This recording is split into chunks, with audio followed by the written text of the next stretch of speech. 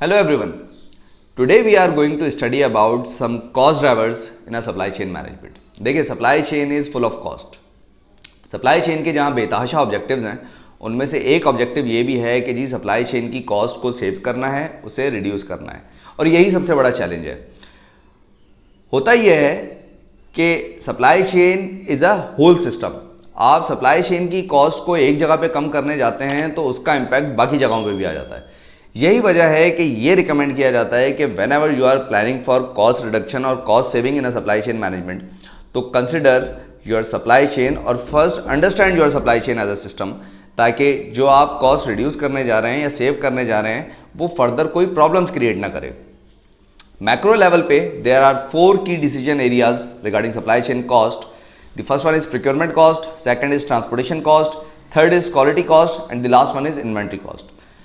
Procurement cost में वो तमाम तर कॉस्ट इन्वॉल्व होती हैं which you have to pay for the raw material, for the product और for the services, for the indirect material और the direct material. One of the best approach to reduce the procurement cost is bulk buying, या आप जो है वो larger quantities में जो है वो प्रोक्योरमेंट को परफॉर्म करें या परचेजेस को परफॉर्म करें. या तो आप फिर किसी ऐसे सप्लायर के साथ एंगेज हो जाएं जो कि लो कॉस्ट जो है वो एक्सेप्ट करता हो. असल में होता ही है कि आप जितने नंबर्स ऑफ सप्लायर्स के साथ एंगेज रहते हैं, उनके साथ सप्लायर रिलेशनशिप मैनेजमेंट को जो है वो मैनेज कर रहे होते हैं, तो उतनी ही आपकी कॉस्ट भी जो है वो बढ़ रही होती है. रीज़न इज़ कि आपके टीम मेंबर्स जो हैं वो एंगेज हो रहे होते हैं, आपके जो सप्लायर रिलेशनशिप के जो कॉन्ट्रैक्ट्स हैं उन्हें मैनेज किया जा रहा होता है, जो ऑर्डर प्लेसमेंट्स हैं नंबर ऑफ सप्लायर्स को वो परफॉर्म की जा रही होती हैं, सप्लायर्स को एवेल्युएट किया जा रहा होता है. सो जितने आपकी प्रोक्योरमेंट टीम है उनकी सैलरीज, उनके ओवरहेड्स भी जो है वो प्रोक्योरमेंट में जो है वो इंक्लूड किए जा रहे होते हैं और इन्वॉल्व किए जा रहे होते हैं. सो अगरचे तो आप कुछ ही सप्लायर्स के साथ काम कर रहे हैं, and if there are only few suppliers, तो आपकी कॉस्ट काफ़ी हद तक जो है वो कम हो जाती है. बट अगेन आप कितने नंबर्स ऑफ सप्लायर्स के साथ काम कर रहे हैं और कितने नंबर्स ऑफ सप्लायर आपने रिड्यूस किए हैं, ये अगेन आपके बिजनेस नेचर के ऊपर डिपेंड कर सकता है और मैक्रो एनवायरनमेंट के ऊपर डिपेंड कर सकता है, और कंडीशन टू कंडीशन ये सारी चीज़ें जो है वो वेरी करती हैं. Next is transportation cost. देखें, whenever you move a product from one place to another place, cost is involved, और डिफरेंट मोड ऑफ ट्रांसपोर्ट की डिफरेंट कॉस्ट हैं. फास्टेस्ट मोड ऑफ ट्रांसपोर्ट जो है वो कॉस्ट में ज़्यादा होता है as compare to the slowest mode of transport.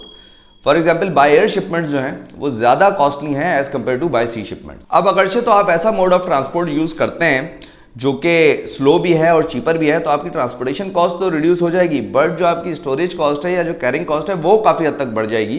Reason is कि आप फिर मटेरियल की स्टोरेजेस फिर उस हिसाब से परफॉर्म कर रहे होंगे. So the second cost is transportation cost, और ट्रांसपोर्टेशन कॉस्ट को रिड्यूस किया जा सकता है बाय इफेक्टिव स्पेस यूटिलाइजेशन और the capacity utilisation of the container और of the truck, and packing more and more products in each load. The third cost is inventory cost. देखें, inventory के साथ और भी बहुत सारी कॉस्ट जो है वो एसोसिएट होती हैं, like the ordering cost, storage cost और दी शॉर्टेज कॉस्ट. इन्वेंट्री के साथ रिस्क भी जो है वो एसोसिएट होता है, risk of lost, risk of damage, risk of stolen. अब अगरचे तो इन्वेंट्री टाइमली कंज्यूम नहीं होगी तो वो डेफिनेटली डेड स्टॉक का पार्ट बन जाएगी और आपका कैपिटल स्टॉक होकर रह जाएगा. यही वजह है कि इन्वेंट्री मैनेजमेंट में डिफरेंट टूल्स एंड टेक्निक्स का यूज़ किया जाता है ताकि आप अपनी इन्वेंट्री को अच्छे से मैनेज कर सकें, like the FSN analysis, VED analysis, SD analysis, ABC analysis, economic order quantity है, square root law of inventory, ये डिफरेंट टूल्स एंड टेक्निक्स हैं जो कि इन्वेंट्री मैनेजमेंट में यूज़ किए जाते हैं ताकि आप अपनी इन्वेंट्री को अच्छे से मैनेज करें और इन्वेंट्री से रिलेटेड जो कॉस्ट है उसे सेव भी करें और उसे मिनिमाइज भी करें. And the last cost is quality cost. देखें, whenever you purchase a product और रॉ मटेरियल, यू एक्सपेक्ट कि भाई ये जो प्रोडक्ट है it should be up to the standard, and the same is for the customer जो आपकी product या सर्विसेज ले रहा है या लेगा. जब जब प्रोडक्ट में क्वालिटी से रिलेटेड इश्यूज आते हैं तो you spend money to rectify और to solve the quality related problems. Organisations में lean approaches, total quality management की अप्रोचेस और सिक्स सिग्मा की अप्रोचेस का यूज़ किया जाता है ताकि वो क्वालिटी से रिलेटेड जो कॉस्ट है उसे मिनिमाइज कर सकें, क्वालिटी से रिलेटेड जो स्टैंडर्ड्स हैं उन्हें और इन्हांस कर सकें, और जो क्वालिटी से रिलेटेड इश्यूज़ हैं उन्हें रिजॉल्व कर सकें.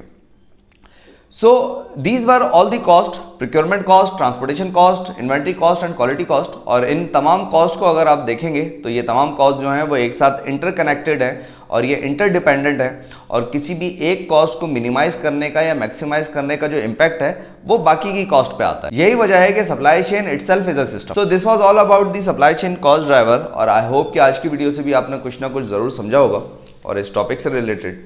अगरचे तो आपका कोई क्वेश्चन हो then you are welcome in the comment section.